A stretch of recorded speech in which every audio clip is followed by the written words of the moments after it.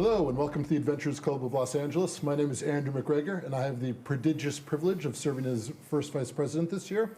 We are a group of explorers, tinkers, makers, inventors, veterans, scallywags, things like that, who have met every Thursday here, almost every Thursday for the past 100 years to share, disseminate, chronicle, and glory, adventure, and life off the beaten path. And in that wonderful tradition, it's my profound honor to invite to the stage Chris Weisbart. Chris, Hello. Thank you. Thank you. Thanks for having me. So we're talking about history, philosophy, culture, and craftsmanship. Yes, all in one, all rolled up. Here? Yeah, exactly. Well, yeah, thank you for inviting me. My name is Chris Weisbart. I am the director of exhibits at the Natural History Museum of Los Angeles County, but I'm also a maker. I've done a lot of work where I have created historical reconstructions. I'm a designer by training, but also have done quite a bit mechanical engineering projects typically involving museum exhibits, of course, but also I spent a long time working for a company named 2-Bit Circus, building animatronics, electronics, those kinds of things. Sweet. Yeah. And this particular device? Yeah, so today I was invited to talk about a reconstruction I did for the National Geographic channel of the Antikythera mechanism, which is a device that was found. It was found in 1901 by divers off the coast of Antikythera, which is an island in Greece. And it was found by divers hunting for sponges. A diver surfaced, said there's bodies down there on the seafloor. The captain dove down, and what he found were not bodies, but he found actual statuary, bronze marble statues that had been left there from antiquity. The wreck became known as the Antikythera Wreck, and it was a Antikythera shipwreck. And all the artifacts over the next few years were salvaged, brought to the National Archaeological Museum. And among the collections of artifacts that were found was what looked like a block of bronze that was heavily corroded. And it was tucked away for a number of years, and upon inspection, there were inscriptions that were found and the remains of compound clockwork and gears that showed complex mechanical motion. And so upon further inspection, obviously it took a few years to get to the point where folks could use X-ray technology and a type of X-ray called tomography, where you actually take slices. This is now modern-day CAT scans, but essentially you're focusing the X-ray at deeper penetrations. And through that, they were able actually to discover the purpose of the mechanism, which was calculation of, to a very precise degree, the movement of the sun, the moon, the positions of both of these, including phases of the moon. There were not components found that depicted the 5 known planets of antiquity, but they did see components in the framework where those could have slotted in. So there's a lot of conjecture that they could tell that the position of the planets. And the unique thing about planets, as we all, those of us who are fans of the zodiac know, is that planets actually have a unique motion. The term planeta comes from the Greek for wanderer, because these planets move back and forth. When folks talk about Mercury in retrograde, that's because Mercury is actually moving in a strange way relative to the other celestial objects. And so, the device, as far as we know today, was roughly the size of a little bit larger than a shoebox, and it had a crank or knob on one side that had that we were able to put mechanical input. And through these X-ray scans of it, you were actually able to see that 5 turns of the knob would go through 1 solar year, so 1 calendar year roughly. Aligned to that was gearing that you could tell, even through modern examination, that also showed the relative position of the moon. It showed how basically the divisions of the ring where the sun is positioned is divided into the 12 zodiac symbols. And the reason for this, as you can see on the image that's on the screen, is today we know that the sun is the center of the solar system. The Earth orbits around the sun. The disk that is inscribed by that motion also is the disk that the planets sit on, because the solar system is relatively flat. Most of the planets orbit in that relatively flat plane that's called the ecliptic. There's constellations, of course, throughout the sphere of the cosmos that surround the Earth, but the 12 constellations that we identify that line up with that ecliptic plane are divided equally in that plane, and that's what we call the zodiac. So when you say that you are a Taurus, I'm a Taurus, that means that the month that you were born, the sun was in the house of that constellation in antiquity. Actually, modern day era, those constellations have now shifted, but we still use that symbol. And the reason that that's important is that that was the coordinate system that they used in this device in order to determine the positions of the sun and the moon and other elements. So was it a navigational tool, or was it for religious ritual purposes, or do we not know? Or, yeah, we do not know. We were actually talking about this at the dinner table, and one of the unique features about this, so it had two faces. I should probably describe more. There's a reconstruction slide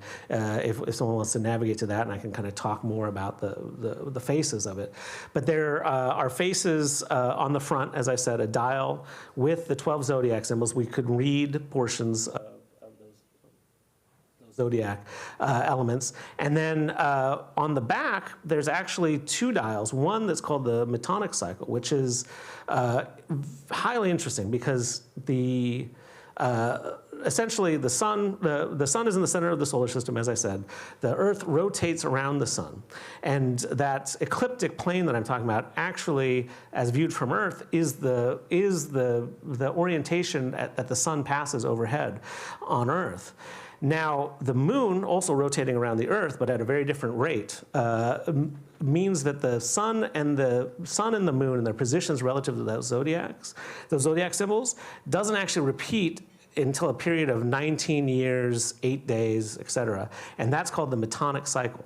So that's a very long-term calculation to make. And this device on the back dial had a Metonic Cycle. So you could determine when the moon and the sun were going to be in the same position over that 19-year period and then repeat that. So you could actually, to a great deal of accuracy, find those positions. Now, is that good enough for navigation? I don't believe so. I don't believe you're able to. The real mind-bending component of this is that the secondary dial on the back face of this device actually was able to predict within about 6 hours, they think, when the next lunar eclipse was going to happen.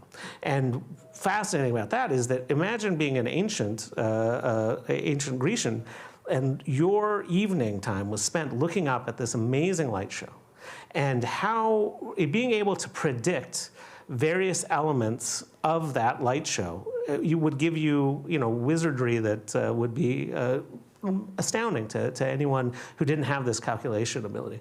And so being able to encode that and the movement of these celestial bodies, which seem random and strange, in a device that could predict to that level of accuracy out 19 years and then repeat is pretty phenomenal. But I don't believe it's at the granularity that you would need for navigation, because those of you who are sailors know you need very accurate timekeeping in order to position yourself accurately.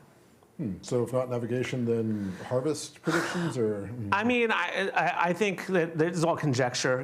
My like I said, my understanding as a science educator is look at the practical capabilities. And again, I think being out, viewing the stars, wondering, making some sense of what is just this, in some ways chaos, but also mechanical. The Greeks had this desire to quantize information into these geometric patterns, and so I think it was a scientific instrument, but I also think it had a ceremonial component to it, because not only there's smaller dials on this device that correspond to there were other games besides the Olympic games that of that era, and they have certain ceremonies and other things. So I think it's possibly ceremonial would be my judgment. But can you talk about the cultural and knowledge transmission between the Babylonians and the Yeah, so we know. Russian societies, and then Yeah, sure.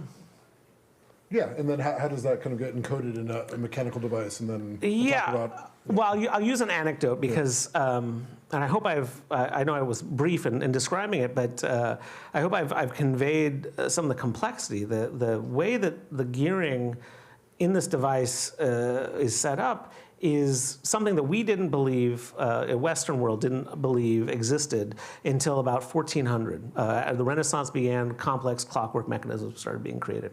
The date of the shipwreck was around 60 BC, and the date that they believed the device, and that's based on the inscriptions on the device, is from 200 BC.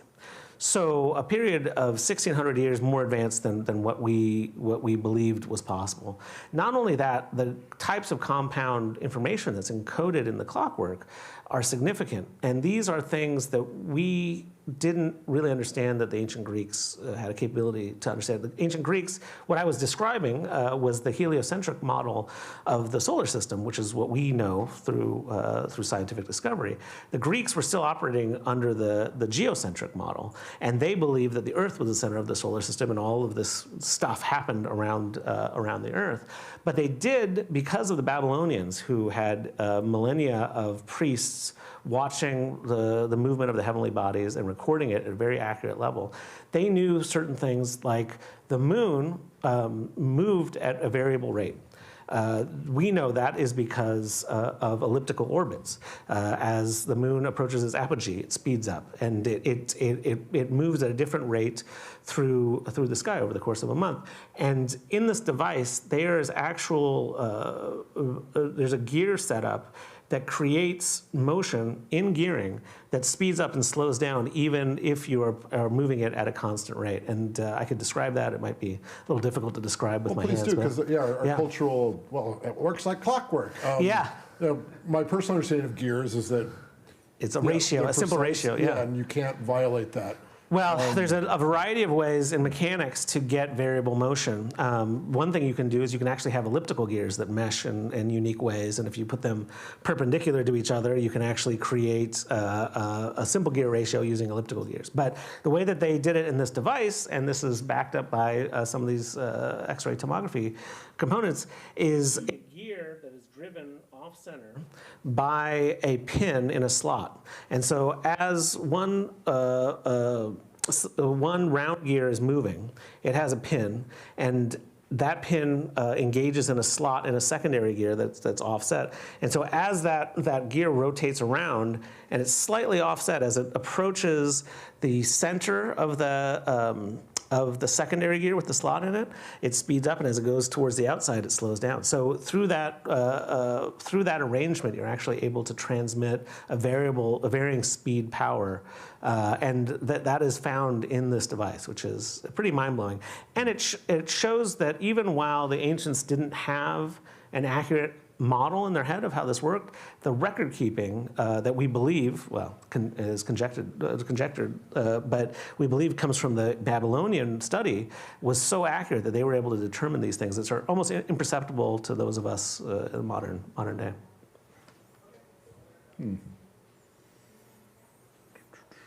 How did those star charts get to the Greek, and then how do you encode that information?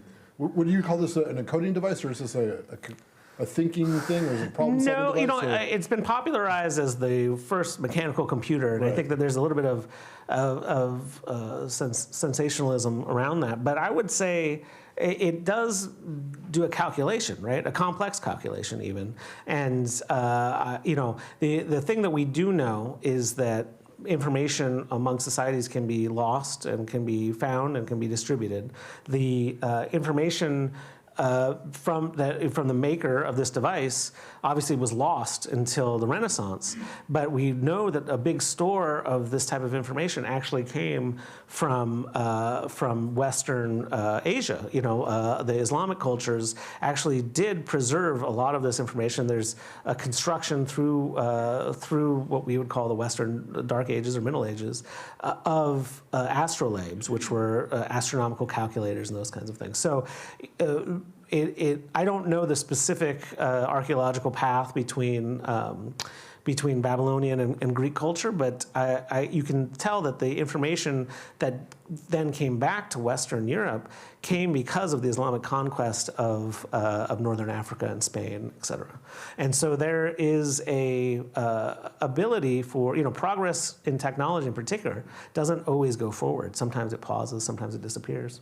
But especially the Greeks and the system of libraries that were able to store information was an important aspect of it. And then as those societies collapsed, the information still thankfully remained based on some of the translations of that into different languages.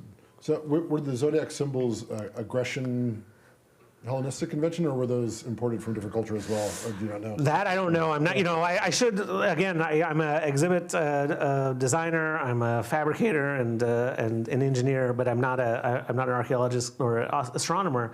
But to me, that context is very important. You see why these belief systems still pervade our discussions today, and it's fascinating. Even though just knowing the history of it, a lot of times learning a little bit about the history of some of this terminology that we use is helpful to understand why it still holds sway over folks.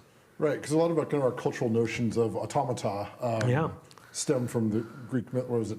Hephaestus was the original forger and invented. Yeah, man, so mechanical motion. I mean, one of the things that I do in my robotics work is I feel like there's two types of transfer of animism to mechanical components, right? One is strictly utility. I mean, the reference earlier to manufacturing robotics, right? Manufacturing robotics is not necessarily about making something that moves elegantly or captures life in any way. It's just duplicating a repeat weld here, 1,000 times a day, and it's just automation. And I make a distinction in my practice between automation and robotics, which I feel there is a component of robotics that is so much more about encoding movement into mechanical motion, and by movement I mean animation, or I mean natural movement, and that's really what the Antikythera device does on a celestial scale. It's encoding, irrespective of the lack of fundamental understanding of how these things worked.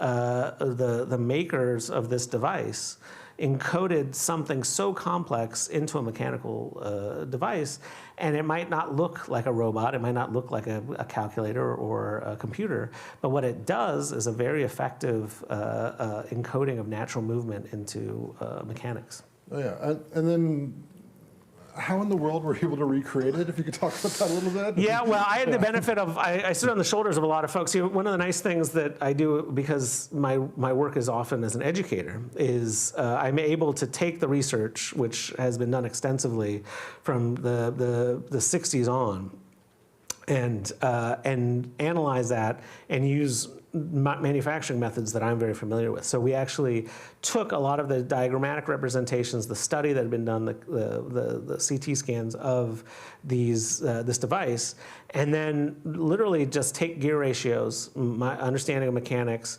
work with a fabrication shop that had a water jet machine and was able to water jet out these gear pieces and assemble them, but we did it for educational purposes. So we made it out of transparent material. We showed folks the process and the challenges, frankly, of making complicated gear work. Even if you have all that CNC gear cutting precision gears, you still have to know what you're doing because the gears don't mesh right away. They have issues and problems with alignment, and we did it at a larger scale because it was an educational reconstruction just to show some of the movements. But even at that scale, you run into a lot of problems, and even something as simple as mechanical slop is multiplied when you increase the size of the gear. So how long did it take you, how were you able to pull it off?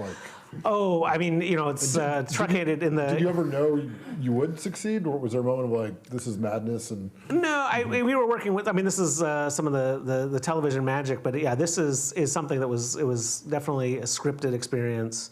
But the thing that I like to tout is that what we did was we figured out a solution that fit with the scope of the show. Is the show was like, we need to build this thing, and they first approached me like I was going to do this in my garage workshop, and I was like, no, let's just go to a manufacturing facility. They could do this, and we could make sure we're set up for success. And so that's some component of it, but there's also an aspect of play that we are not the researchers, right? So we get to play around with certain aspects of it to illustrate different points, and our representation of the moon, I think, was a racquetball that we hand painted black and white, so you could see the phases of the moon rotate. So I think that there's a bit of fun that we're able to have because the real science has been done, and that is illustrated in the documentary. Who did the real science? And what's So the story of that? there was a Dr. DeSola Price who was he was a Yale professor who actually was the first one to take this thing and highlight the fact that this component, the components in this were so advanced based on our knowledge and really worked to popularize this. There was What year was that? I believe it was in the 60s. I don't have the discovered exact. in 1901, then it's like... Yeah, it's shelved, and people documented it. Raiders of the Ark style. Exactly. But Serious Men, but also we need technology to advance to the point where you could peer inside this Imaging thing. technology then. Exactly. Okay. And I think it was a novelty, and there's a phenomenon that happens in science. If this thing can't be categorized in a meaningful way, it gets shelved and it gets kind of isolated. This is what's happening with the aerial phenomena component right now. Finally, there's study happening on these things. Apparently, there was a study before, but because it just doesn't fit in our kind of normal dialogue about it, then people have a tendency to kind of avoid it. And so, DeSola Price really championed the further study of it. And now, actually, since the documentary I worked on was in 2008, and it was. Now, actually, in doing research for this talk, there's been so much higher resolution imaging of the device and some really new discoveries that have been made, and there's been more expeditions to the wreckage site to look for components of this, et cetera. So science marches on, but at some point, there's a hesitancy, Yeah. How many of these things now exist? You mean recreations? Yeah. Or, now they're so popular, especially with the internet fame that the device has garnered. There's people who make it out of Legos. So there's quite a bit. And again, the ratios are published. Even on Wikipedia, you can get all the gear ratios. You can get a schematic of everything. And so people can see this. I do think it needs... in museum work, we talk a lot about interpretation. So it's one thing to build the mechanism and see the motion, but like I was talking about, that elliptical motion component, how would most folks understand that other than if you're just assembling it from a set of instructions? You need the work of the folks that have introduced themselves as educators here to help kind of bridge that gap, and that's some real the real interesting work, I think, in displaying this. I wonder if we could briefly discuss the history of time, if you will. Yeah, sure. Because there's a cultural component to even time itself, right? Mm-hmm, that we've hit upon. So, like we were discussing before, prior to trains coming throughout Western Europe, there was no kind of global synchronization of time. Yeah. And there was that very fascinating side note of history that it wasn't that Einstein was just working in a patent office and I see the things. The patents he was developing were dealing with time synchronization, so the trains could all run. And prior to that, European cities, you can find them now, they have automata in a clock in the city. So there was no kind of global time. Your time was within your city. Yeah. In this kind of Hellenistic case, it's predictive, but then, what was the psychology of cultural time from that person versus time existing in the context of your town with a clock? Is almost a totem of worship, you could argue, and possibly. and then our kind of modern era where we're synchronized too. We're synchronized, but even to a degree that the 9 to 5 kind of punch clock, this is your life. It's divided into these hours, the 40-hour work week. Yeah. These are all cultural constructs that have been kind of encoded through policy and Yeah, I punch mean, card things. But yeah, we can talk about things like that. this it triggers a lot of thought. The first thought is, I don't know if all of you have experienced what I've experienced in terms of Zoom meetings and the return to actual physical work, and that gap now, whereas I could log in within like 2 minutes or not be ready, throw on some clothes, log into a meeting 2 minutes in 2 minutes. Now I have to actually walk to a physical meeting room and have a discussion with somebody, and that is an interesting cultural phenomenon. The thing that I think of is that when we look at the way time is depicted in the Antikythera mechanism, the celestial time has a very unique and complex calculation behind it, but it is relatively, I don't want to say universal because it's a compound metaphor, but it is something that we can all agree upon, that the sun is in that zodiac symbol, because everyone on the planet during that day is seeing something relatively similar, at least at the distances that are observable. But when we talk about now the subdivisions of time and how it breaks down with modern technology. There's just so much. I think we've become very aware of it now that we're all working remotely. And I was in Europe just recently and syncing up that time when talking to my kids over video call, those kinds of things. It's all become, in my mind, asynchronously rigid, like we are not on the same time, but we are all in lockstep, and we know exactly, to our knowledge, what things are. But this is all based on computation by satellites, on computation by, even the lag time that is accounted for when you make a video call from one side of the planet to the other. That has all been adjusted for you so that we appear synchronized, and that's really interesting. And I think that I was witness to a couple sound performances where people were actually hacking various platforms so that they could do live audio performances with no latency. And that is so difficult to do. And the way that they did it, where they were using these very rudimentary network connections, but then pulsing out metronomical kind of cues to the distributed user. So there's some fascinating things there that are a little bit out of my level of expertise, but I've witnessed a lot on this subject matter, and I think it's really interesting that you relate that to this device, which, while ancient, also is a calculation that's making up for discrepancies of the technology. Yeah, and there's another kind of interesting broad phenomenon, if you will, that the Newtonian revolution created this idea of a mechanistic universe. Yeah. And within that framework, there was the belief that if you could have enough complete information, you could predict things. And then with the quantum revolution, it's like, well, if you look at a certain scale, your active observation alters that with the kind of the Heisenberg things. Yeah. And the world kind of shifted here. So now that we're kind of like compensating in a quantum way by adding delay if people are into these two geographic distinct areas. Do you see like kind of a new zeitgeist, or do you see kind of a synthesis between those traditions? I mean, it's a real pickle, right? Like we thought we figured it all out, and we're like, oh shit, now it doesn't really work. But I think that the real, my understanding, again, designer, educator, I'm attempting to tell my opinion of these things, but I feel like the important component of this is that for so long, the gross movement of the planets, Newtonian physics, was something that we just needed all the formulas for, is what you're saying. And now we are having a discrepancy. We actually know quite a bit about the quantum world. There's just a mismatch when we try to integrate the two. And when it gets to things like entanglement, things that are spooky, for to use their term, that is.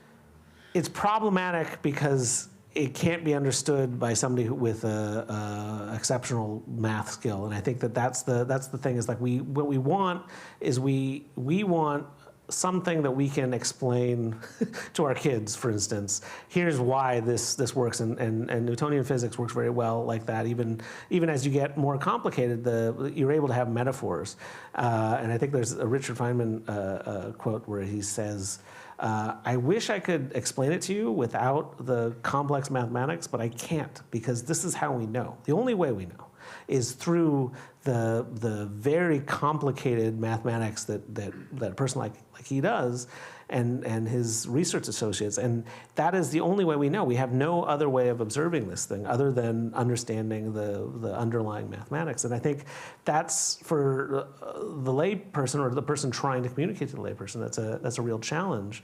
But it shouldn't shake us to the core in a sense, because we are still getting up, moving along our daily lives and encountering mostly Newtonian physics. I think that's... Could you briefly explain entanglement? Oh no, yeah. I can't. Not really. Yeah, but essentially, if two components are quantum entangled, their state is matched no matter what distance they are at from each other. So I could have a particle that has a spin, and there's other properties of it that you can encode in. You can take another particle, entangle them, move one to the moon, and if I move this over here, that will move. Or if it's in one state, you can tell what the state of the other particle is. And the applications of this range from timekeeping to teleportation. We don't know yet, because it's mostly theoretical, although there has been experimental proof of this. So, groovy. Yeah.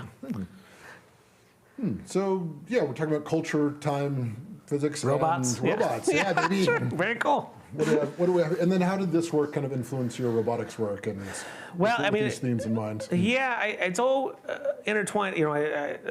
I'm at a loss to describe a linear path through my career, but I will say that one of the fascinating components about this device, as I already said, is taking movement from nature and encoding that into a mechanism. And I think, so when I was working at 2-Bit Circus, I made an early robot bartender, which was like it was in a chassis that I hand built that looked like a 1960s jukebox, and you could select a drink, and you actually assisted on that project. You were working with me on it. And I think that the key component that I want to imbue in robotics of that type, especially a robot that is providing a service and wanting to engage socially with other humans, is some sort of natural movement, some animation element. There's these famous principles of animation that are widely known, but the 12 principles of animation, squash, stretch, some anticipatory movement before you do these things. These are all components to creating a device that doesn't necessarily accurately mimic how humans move, but mimics how culturally we want these machines to move. And so when we actually went and built the 2-Bit Circus location, I advocated for hiring a marionette puppeteer as a roboticist, because I thought that would provide the best and most interesting movement to this mechanism. And we also had an engineer who worked alongside of that person and was able to create the mechanical interface for how this thing would move. And I think that to me is something I'm most appreciative of in what I would call good quality robotics, is robotics that actually, to make a servo motor, pencil and two rubber bands dance like a ballerina would be an ideal robotics project, I would think. So how do you kind of observe our own time through the lens of all these other cultures you've curated and studied? Like what would be the artifacts you 1,000 years from now would put in that museum? That's fascinating. Yeah. I think we're always challenged, especially those of us who work with geologic timescales, to put that in perspective. The universe, 13 billion years old. The planet, where we are, the sliver of the calendar where humans exist is so, actually all biological life exists, is so tiny compared to the scale of the rest of it. How do you accurately illustrate that? And one of the things that I try to do in museum work is come up with illustrations of how that is. And there's, very excellent uses of alternating scale. The famous Ames movie, The Powers of 10. Everyone has seen certain examples of that. But I think the ideal thing for me, the ideal exhibit, if you want to call it that, would be something where you can inquire and you can, it doesn't overwhelm you with the information at first. It presents you with a concept, you walk up to it, and through your inquiry, you discover. And that's the key thing, because we all know that somebody asking a question has been primed for learning. And if it's a very complicated subject, like time, deep time, how do you get people to engage in this? It's billions of years of dust coalescing into larger rocks, which then smash into each other, which then form a planet, and then another large rock smashes into the Earth and forms the moon, and these coalesce. And the only way that becomes fascinating is if you let the learner ask those questions. And I think that's where a tool like Wikipedia is so fascinating and so great. Is all of us have that experience of going down the Wikipedia rabbit hole and clicking on some keyword in the article and then going down that rabbit hole. And I think that is a way that it functions. I think it would be wonderful to illustrate that for people who don't learn, they're not as efficient learning from a computer screen. There's got to be some tactile, visual, visceral, object-based way to get that knowledge, and that's the challenge, I think. Are there physical artifacts contemporarily, or are we about time, or the Internet Archive is all that would be left? For there's that project. Should the big one hit, right? Yeah. There's that project. How do you build a clock that lasts 1,000 years? And I think that there are things. I mean, a sundial. There's things that we can think of that would solve a problem. My approach to design, especially exhibition design or education design, is what is the problem I need to solve?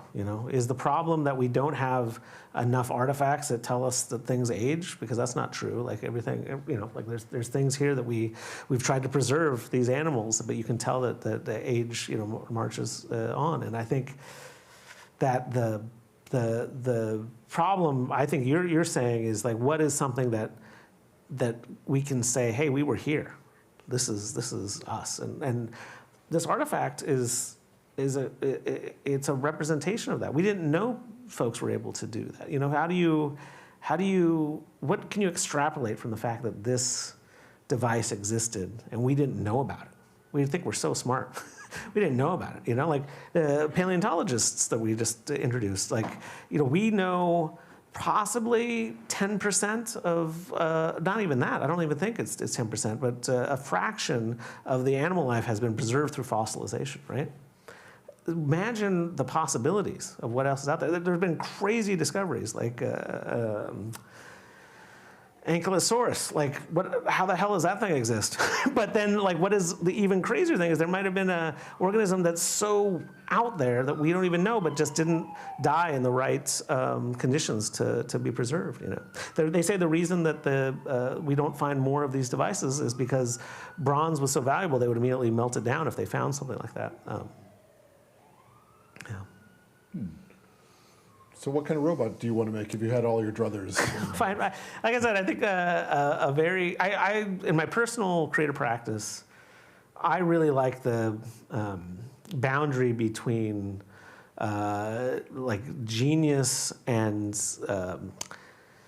in my younger years, I would say genius and idiocy. It's more like what is the most elegant, like I said, that robot, if you could make a bunch of rubber bands and some pencils dance in a way that would blow you away, that would be a very me type of metaphor. I'd really want folks to see that you could scrunch up a couple pieces of paper, pour some orange juice on it, light it on fire, and it would have this amazing effect. And I was talking to a fellow in the audience who's a magician. I think that's where magicians, the realm that they work in, is they often surprise you with banal things that do have a mind-blowing effect. And I think I would, if you, I didn't think about the answer to this very well, but I think if you challenged me to say, what kind of robot would you like to make, it would be something that looked like trash, but moved like a ballerina, Nice. It's a yet-to-be champion boxer needs that as their... Yeah, exactly. Like ballerina. So then, enchantment is key. So what culture do you think has the best chance of like making your dream robot that'd be like, whoa? Because we're discussing kind of cultural notions of wonder and the universe and how that affects technology. I think in America in particular, there's this like VC funded drive, like, well, what does the robot do? Yeah. And like, sure, what's the utility? And how do I profit from it? Exactly, yeah. Which kind of goes back to the etymology of the word from the Czech play robota.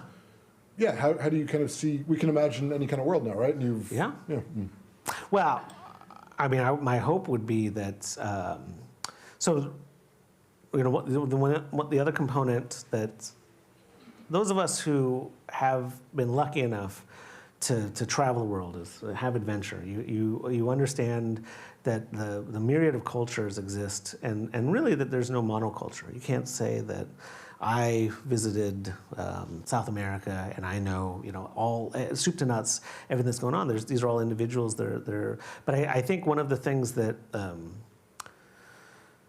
one component in my travels and the adventures that I've been on is I really like to see what people laugh at. I like to see when I feel a strongest connection to folks when they've let down their guard. They've shown me their sense of humor, and I can at least understand that why they thought something was charming, funny, clever, et cetera. And so I can't identify a singular culture. I know we were talking about there's these domains of robotics where you can say, oh, robots in Japan do these things typically, and robots in the United States do these things. And I agree that those divisions exist because it's rare that people have the funding to make robots, and I think you can see those trends, you know. But I would call them trends, and I would think that the global culture, you know, assessment of culture would be I would like to see folks look at these as expressionistic devices. I think that's what I'm trying to say is there's you know, there's the Roomba, which is doing a task, and then there's and like I said, or a KUKA arm that is doing a task, but then there's artists or researchers or educators or people who make jaw-dropping displays at EDC, and they get to play, and I really like that aspect of what has erupted from the tech sector. Is you get this investment in tech, you get these this investment in education for programming, and every once in a while you get a Burning Man or you get an EDC popping out because somebody somewhere just wants to play, you know. And I think that's the joy that I get from design work. Is I get to take a lot of these scientific principles and come up with the most jaw-dropping thing I can make out of it, you know. Do you see robotics as kind of a long-term cultural endeavor in the same way that flight, right? There's those Da Vinci sketches, and it's something that people, it's peculiar because it's almost like consciousness. If you try to define it, like, I know it because I am it. Yeah. There's kind of a similar thing, or where you have this like long-standing thing from the Greek mythology and these kind of automata, or is it more like civilizations come and collapse and we're in one of those moments, or do you feel a part of that tradition? Yeah, that's an interesting question. I think, you know, once we figure out how to fly, we're there, and like I don't think, you know, that it's like not going away because it captures the imagination. I'm looking at pictures of amazing airplanes, and I wonder. My thought is that initially. The explosion of robotics that will hit us has already hit us, but are more things akin to the way autonomous cars work. You know, it's going to start with sensor arrays in a way where we're already embedding. I have, you know, the depth camera on my iPhone is something that would have cost me $30,000 a few years ago, and now it's like just in my phone. And I think that the way that a Tesla senses the road around you, those kinds of things become more ubiquitous. And like I said, at some point, somebody is going to be able to take these commodity sensors and be able to sense the world and turn that into a device that leverages that opportunity. And many artists are already doing this. There's MIT Media Lab, there's the Interactive Telecommunications Program, NYU. There's people who are playing around with these technologies and figuring out ways to make expressionistic art projects out of them. But I think what you're saying is are we ever going to roll it back? And I don't know. Certainly There's many things to have been depressed about over the last 2.5 years. But what I did not see is a desire for people to stop creating and stop trying things, you know. There's a thing, I don't know if it's just an American cultural thing, but I know so many people that I talked to immediately during the pandemic, thoughts immediately turned to some sort of entrepreneurial exercise of like, well, I'm gonna sit at home finally and I'm gonna work on tinker that thing that I've always wanted to do and I'm gonna do it, or I'm going to bake bread or something. You know, I think that's the thing, is everyone really rolled up their sleeves, at least in my friend circle, and wanted to create. And so if you think of robotics, this Antikythera device, as just an external form of the human desire to create and tinker, then I think that's pretty long lasting. I don't think it's going to end. Amazing, thank you. Yeah. I'd like to open to the audience questions, but do you have any other kind of remarks or comments from our conversation? No, thank you for these questions. I feel like I should have contemplated some of my answers a little bit longer, but it was a very exciting conversation, so I jumped right in. Oh, thank you so Yeah. much. Thank you again for joining us and all you do. Oh, thank you. Yeah, this was fun. To the audience, Yeah, do we have a microphone so it goes out to the webs? it's running. Or I can recount your question. What's your question, sir? Yep. Yeah, Chad, what's your question? Yeah, I have one statement. As far as what you were saying about the entrepreneurial pursuits during the pandemic. Can you restate the question? Oh, thank you. He hasn't. Yeah, got it. So yeah, I was saying as you know, the entrepreneurial pursuits during the pandemic. I was actually reading a little bit about the Black Plague, and Beowulf probably wouldn't have been written if it wasn't for the plague. Yeah. So that's definitely true in their time, and certainly I think in ours as well. Yeah. And then my two questions are, first and foremost, as far as the Antikythera mechanism is concerned, if you were to take all the information that the mechanism provides and just lay it out and organize it in a particular way, what information does that give us about the civilization that created it? And what can we learn from that experience? And then the other question I have is about why it was designed in the first place. And you mentioned scientific purposes and a lot of other reasons, but I'm curious if it maybe could have been invented solely for the purpose of entertainment among social elites as well, and if that's something that's a possibility. Yeah, certainly as a curiosity, you know, the Greeks were known for these ceremonial devices that were the kind of early mechanical magical altarpieces, you know. So many of these things, a cup that you would fill with water and the water would drain out and then reappear or come up as a fountain. And so there is a tradition of all of these, and you know, even Archimedes, who designed many of those temple devices, also made a major contribution to mechanical engineering. So there's this overlap between ceremonial entertainment, what we would call entertainment today, possibly ceremonial and scientific discovery that was all kind of happening in a similar time frame. Archimedes around 200 BC. So there is a definite possibility that this was a plaything of the elites that again showed some sort of wizardry or had some ceremonial significance, which I think I would also call, in my kind of modern parlance, some sort of entertainment value. But I think there's other components to that I would, as a designer, the way that I would assess the cultural ramifications of what this device meant would be the scale of the depictions on there. You know, if you are laying out a car dashboard, the largest display on there, speedometer, is probably one of the more important gauges that you need. And then the smaller ones as they go through would be of less importance. So in that order, obviously the pointer for the sun would, and its location in the zodiac is primary. Moon, phase of the moon, a close second.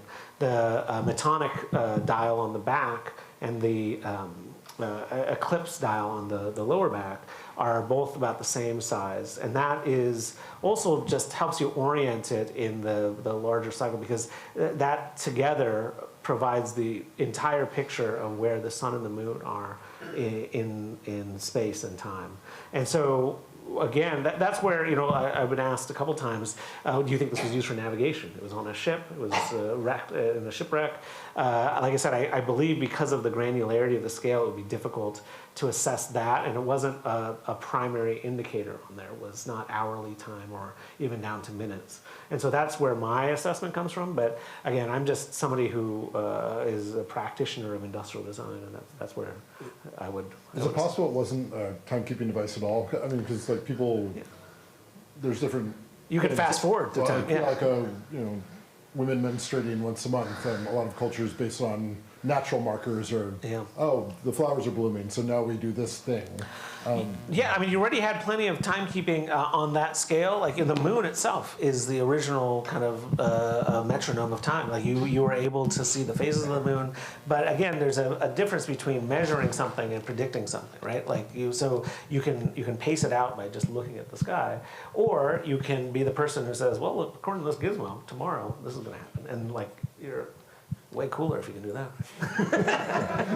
Next question, please. I thought what you were saying about whether or not robotics is a long-term trend versus something that is going to contract is very interesting, because I think there are like economic theories out there that say that once you get to a point where you can fully automate everything, like democracy and labor and these values will cease to exist, because you can't commoditize labor at that point, right? So I wonder if you think that people should be a little bit more wary about robotics in the same way that some people are now sounding alarms about AI and ML. Yeah, I would agree. I think that, well, anytime technology that we don't understand is pervasive, it's a challenge, and the problematic element of it is we cease to have control over it, right? But we'd all be hard pressed to go out and service each of our vehicles that we use, and so where is that boundary edge? We're very comfortable right now with cars we can drive. Most of us are not comfortable, according to statistics, of cars that drive themselves. In a couple decades or a century, that won't be the case. So our comfort level is not a good gauge, I think, which is what you're saying. I have a problem with this idea of people claiming there's going to be a utopia when AI takes over and when all these other things take over. That to me reminds me of something a friend said about Star Trek. Big Star Trek fan. Is that, like, it's amazing. You have machines that can make your food. You can do anything you want. Now everybody is in the military, and that's the only job. And that's not to knock what the military is, but that's essentially the slice of society that they're showing, is that you either are Jean-Luc Picard on a vineyard, or you're doing space war constantly, and that's like a interesting dilemma for us, right? And even there, the negotiations and the diplomacy is all handled through a militaristic entity, and so I don't know what that means. I just know that your question evokes that in my mind, is that if we can automate everything, are we only left to regulate things, which is, and I know many of you have more military experience in this room than I have. I'd be interested to hear what folks' thoughts of a society that was, embodied by, a entity like Starfleet. So it's very interesting, your comment, because I mentioned earlier I'm in software sales, and I work for a company called Abby, which is ABBYY, and we sell artificial intelligence and machine learning and neural networks, and it's this same technology. So there's really no need to fear it, because we're What's the question?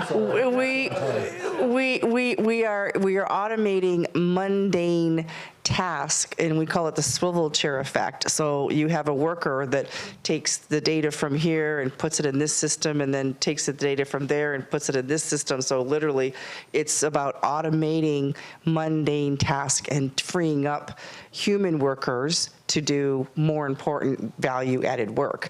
And you're still probably going to need a human in the loop, is what we call What's it. your question? Sorry, we're short on time. Sorry, it was just a comment. Okay. Questions only. Comments later. Sorry. Who's next? It's a good question, and there's a reason my ancestors smashed the weaving looms because they didn't want to lose their job. Yeah. President, do they know where that Antikythera mechanism was made? Like, it was origins and were No, so like, they have. So there's art inscriptions. This is possibly the limit of my archaeological knowledge, but the inscriptions, especially the particular nomenclature of the zodiac symbols, are from the northern part of Greece, and I can look that up or direct you to that knowledge. But they do believe that there's a location of that. Also, some of the games that they're showing on the there's smaller dials that show periodic games. They are specific to a region, and that indicates some vector of where they can actually look for it. could it not been connected to the zodiac with the astrology, like where the planets are positioned, so they could make decisions about marriage and going to war, or planning, or planning life commitments and such? Yeah, I mean, I imagine it could be. The fact remains, though, that the makers of this had, the entire slice of time that repeats. So essentially, that must have been known and available as a document before someone constructed. Like the use of materials and the immense amount of labor to put this thing together to make it encoded in this way would mean that simpler versions of the same information are available. This was just there was something special about this, right? That somebody had to invest the time and energy into doing it. Was it part of a teamwork effort, perhaps, or? I would imagine. I mean, one thing, did we get to this? I don't remember if it was in this conversation, but that through the CT scans of it, they found no modifications. And as being a guy who's had to modify a lot of his wacky inventions, it's pretty incredible that there were no modifications to the mechanism as far as the pieces that they found. And I would say that indicates that many more of these were made and lost, unfortunately. So my understanding of it is that this was likely one of many of these things made, it possibly done on some sort of assembly line if you have to do that much precision work. You just answered this person's question. Well anticipated. Okay, yeah. Others in the audience? Thank you all so much, and thank you, Chris. Thank you, yes, this was fun. Happy to talk to anybody after. Please thank you for joining us. Please like, subscribe, share, and check out all our videos. And yeah, take care of yourselves out there. Be well.